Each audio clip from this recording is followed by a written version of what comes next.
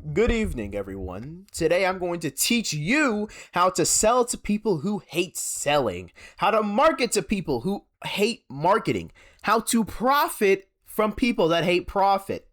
I'm going to teach you how to market to the revolutionary because the revolutionary is not outside the system. They're not immune to advertising. They're not beyond your reach.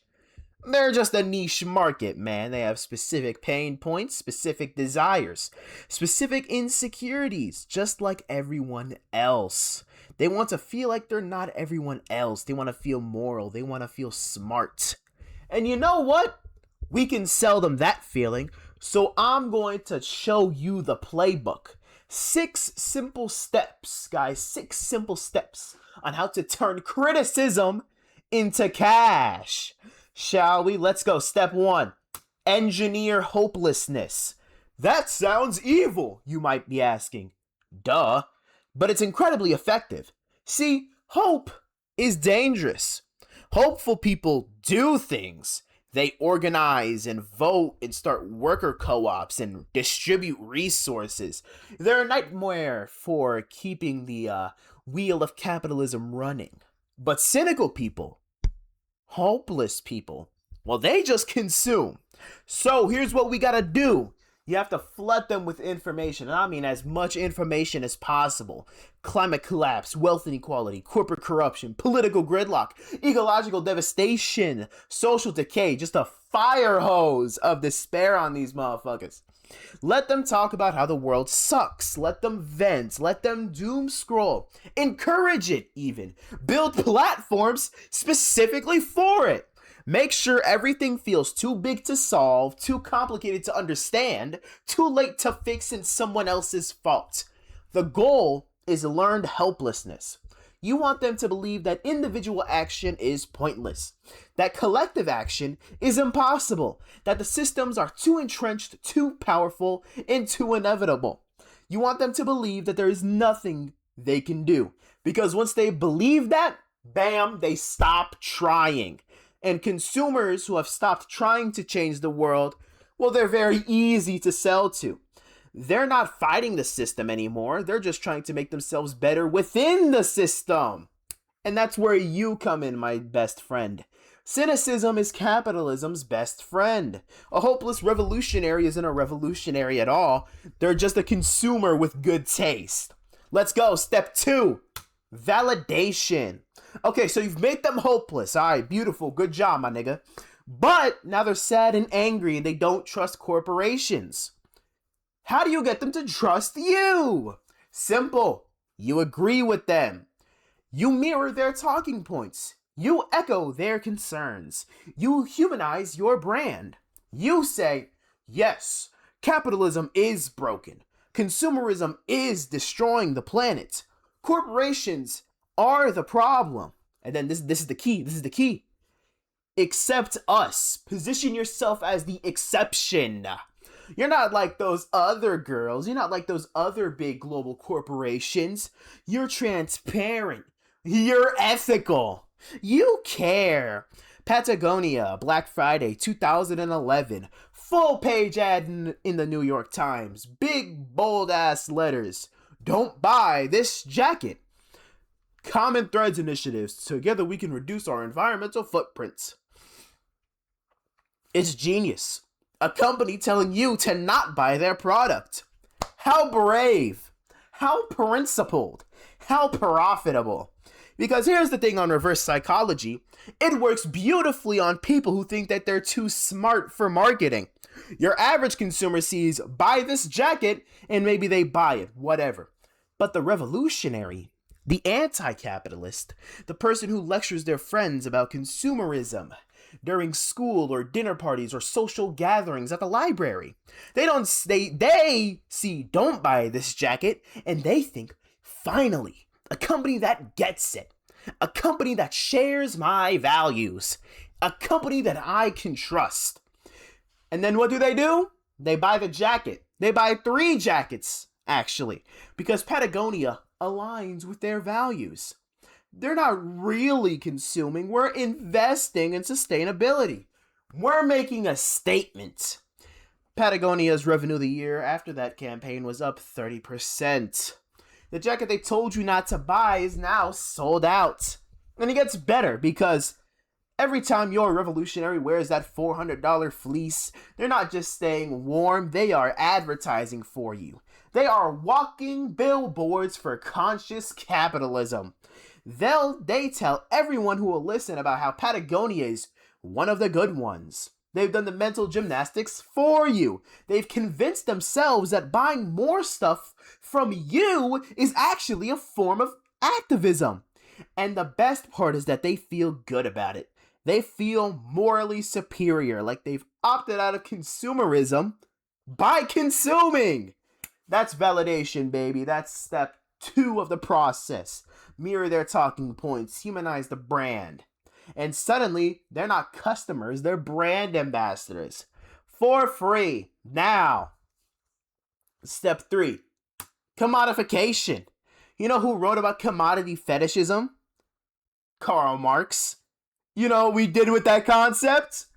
We commodified it. Bang, baby. The sheer audacity. The poetry of it. Here's how it works, right? You take their identity, their revolutionary identity, their anti-establishment identity, and you turn it into something that they can buy.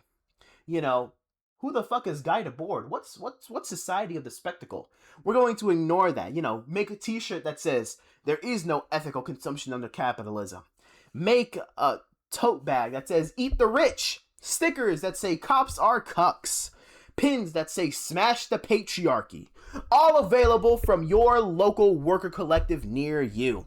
All available on Etsy and Amazon and Redbubble. Made in factories you definitely don't want to think too hard about. Shipped via logistics networks that are absolutely demolishing workers' rights. But here's the key. You need to make them feel like they aren't consumers. You need to make them feel like they are signaling. Like they are raising awareness. Like they are part of a movement. That Che Guevara t-shirt, that's identity, okay? It's not me being a consumer. I'm simply posturing myself. That capitalism is a death cult tote bag. It's not a normal purchase. I'm making a statement. You give them products that let them perform their values without actually living them. They can look like a revolutionary, dress like a revolutionary, signal like a revolutionary, without ever having to do anything actually revolutionary. And the more specific the identity, the more they will buy. Intersectional feminist, we got a pin for that. Eco-socialist, we got reusable straws for that. Anarcho-syndicalicist, I don't know what the fuck that shit is. I was searching up on the internet and just slapped that shit onto the script. We got a patch for it, probably. We have turned anti-consumerism into a consumer identity. We have made opting out something you can opt into by purchasing. Commodification. Let's do this. Now, step 4. Absolution.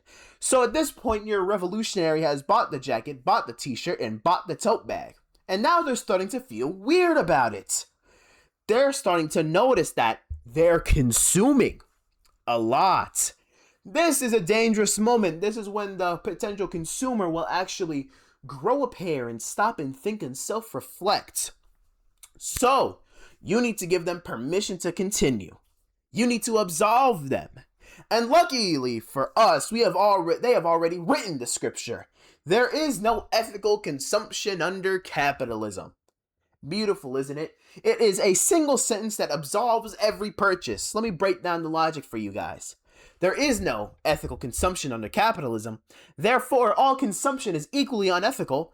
Therefore, it doesn't matter what I consume. Therefore, I can consume as much as I want. It's a moral checkmate. If everything is unethical, then nothing is unethical. Fast fashion, well, that's unethical, but so is everything else. Amazon Prime order, problematic, absolutely. I mean, have you seen what Amazon has done? But what else are you gonna do? That third Patagonia jacket? Well, at least you're reducing harm, right? See, you're not ignoring your values, you're simply compromising them. You're being realistic. You know, you live in a society. You have needs, you're doing your best. Plus, you shared that infographic about worker exploitation. You retweeted that thread about Amazon's union busting. You know about the problems. And isn't being aware basically the same as doing something about it? Look, you're a good person trapped in a bad system. You can't opt out completely. No one can. Take the words from known socialists Margaret Thatcher and Ronald Reagan. There is no alternative to capitalism, so you might as well accept a compromise. Ignore the consumerism. Just focus on the awareness, dude. Buy the thing, feel bad about it, and then buy another thing to feel better. You need to make them feel okay about consuming, because okay still gets you to the checkout page. Step 5, neutralization. So, they're helpless. Hopeless, my apologies. Helpless too, I guess. Validated, commodified, and absolved. But there's still one more threat. What if they actually try to do something? What if they organize or build alternatives? What if they move from talking about the problem to solving the problem? This is where neutralization comes in, guys. And for this, we have the algorithm.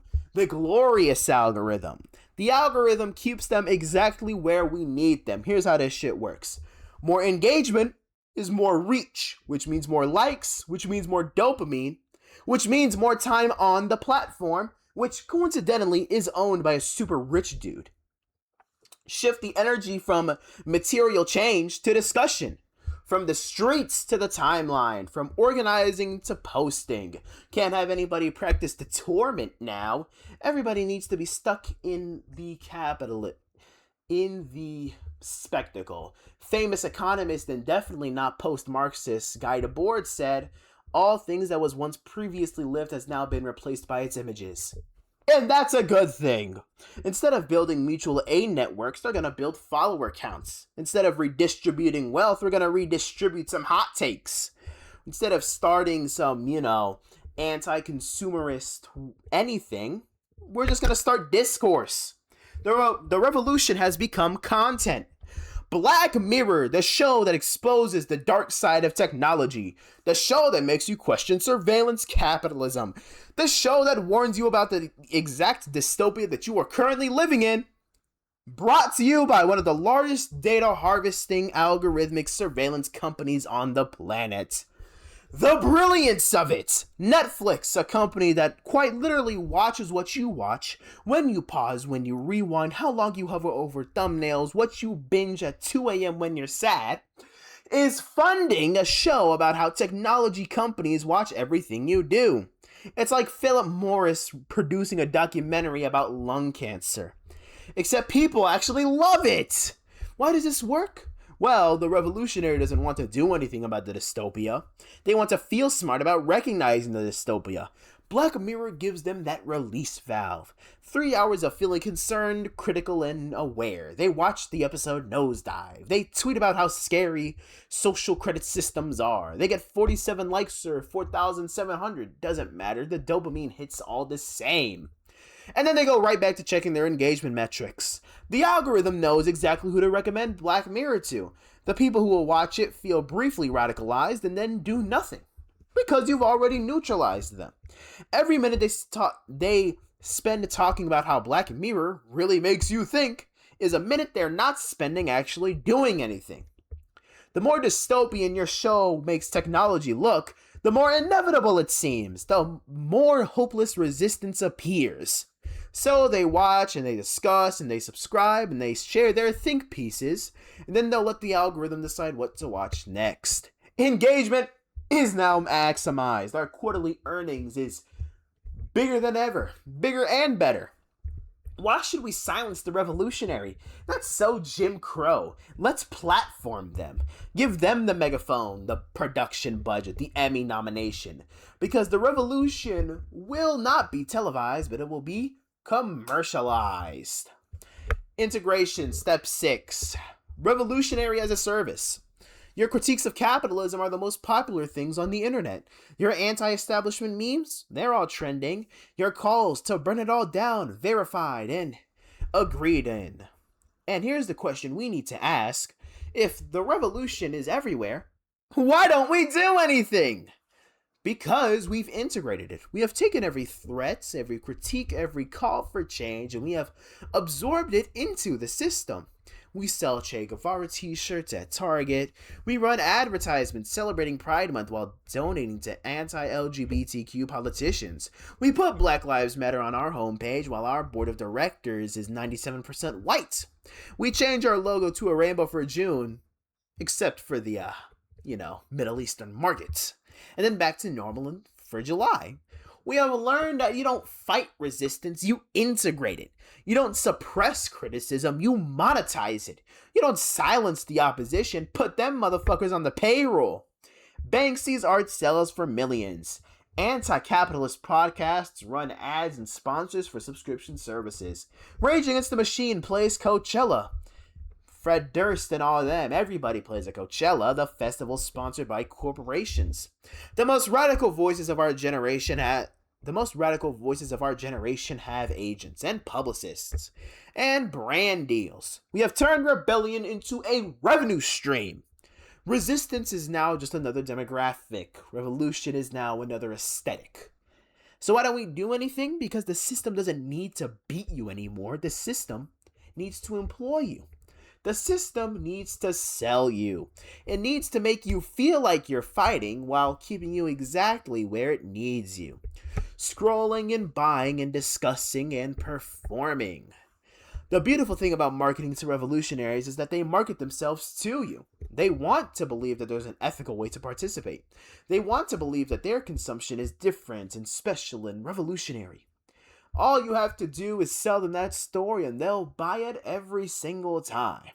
Because at the end of the day, the revolutionary is also a market. And the market always wins. Woo!